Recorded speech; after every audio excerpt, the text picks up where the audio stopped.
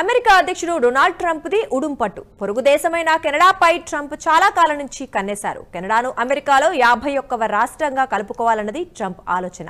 మరోసారి ఈ విలీనం అంశాన్ని తెరమీదకు తీసుకొచ్చాడు డొనాల్డ్ ట్రంప్. అంతేకాదు అగ్రరాజ్యంలో విలీనానికి కెనడా అంగీకరిస్తే ఐరన్ డోమ్ ఫ్రీ అంటూ బంపర్ ఆఫర్ ప్రకటించారు.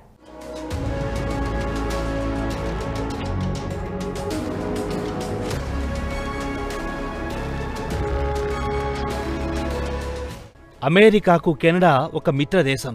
ఉభయ దేశాల మధ్య చాలా కాలం నుంచి మంచి స్నేహ సంబంధాలున్నాయి.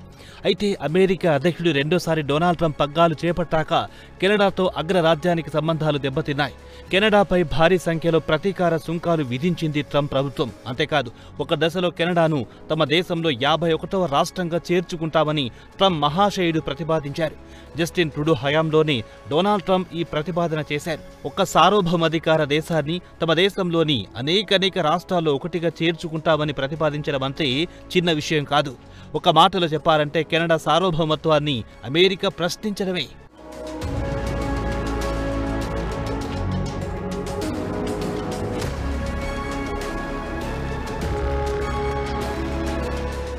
అయితే అమెరికా అధ్యక్షుడు ట్రంప్ చేసిన ఈ ప్రతిపాదనకు అప్పటి ప్రధాని జస్టిన్ ట్రూడో అంగీకరించలేదు. జస్టిన్ ట్రూడో తర్వాత మార్క్ కార్నీ కెనడా ప్రధాని అయ్యారు. అయితే కెనడా ప్రధానిగా మార్క్ కార్నీ ప్రమాణ స్వీకారం చేసిన సందర్భంలోనూ డొనాల్డ్ ట్రంప్ ఈ విషయం ప్రస్తావించారు. దీంతో అగ్రరాజ్యమైన అమెరికాపై మార్క్ కార్నీ నిప్పులు చెరిగారు. దేశ సార్వభౌమత్వం విషయంలో ఏ రోజు కెనడా రాజీ పడే ప్రసక్తే లేదని ప్రధాని మార్క్ కార్నీ తెగేసి చెప్పారు. 51వ రాష్ట్రంగా కెనడా అనేది డొనాల్డ్ ట్రంప్ మహాశయుడి పగటి కల అని మార్క్ కార్నీ కుండబద్దలు కొట్టారు.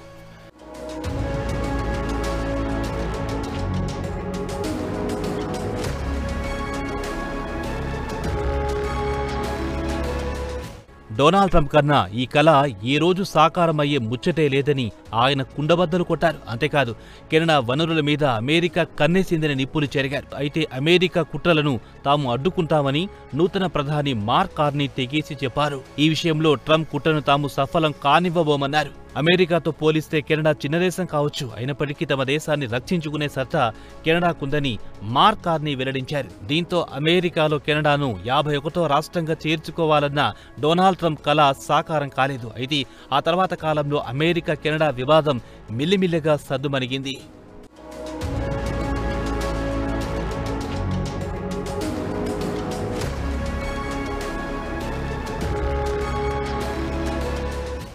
ఇదిలా ఉంటే ఇటీవల గోల్డెన్ డోమ్ ప్రాజెక్టు తెరమీదికొచ్చింది. గోల్డెన్ డోమ్ అమెరికా సాధించబోతున్న ఓ అతిపెద్ద రక్షణ వ్యవస్థ. వాస్తవానికి గోల్డెన్ డోమ్ ఓ ఆయుధ వ్యవస్థ.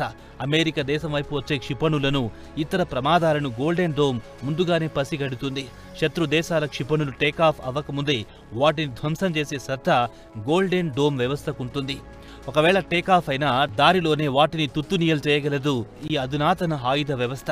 ఈ వ్యవస్థలో అంతరిక్షం నుంచి ప్రయోగించే ఇంటర్సెప్టార్ నెట్వర్కే అత్యంత ప్రధానమైనది.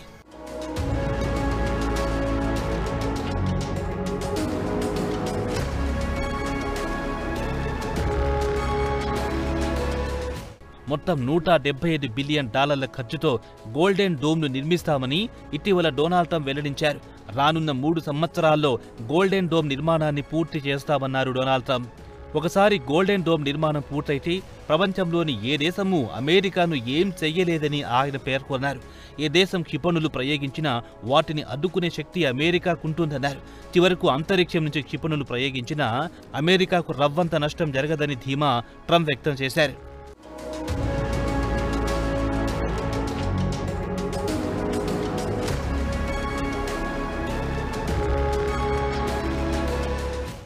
ఇదిలా ఉంటే గోల్డెన్ డోమ్ వ్యవస్థలో కెనడా కూడా భాగం కావాలని తాను కోరుకుంటున్నట్టు ట్రంప్ తాజాగా పేర్కొన్నారు.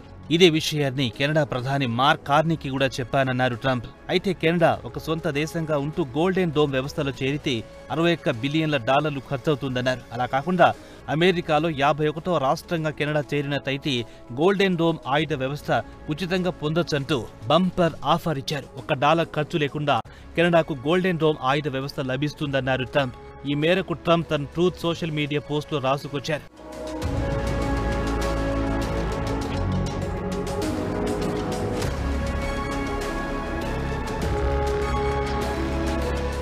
అయితే అమెరికా అధినేత ట్రంప్ ఇచ్చిన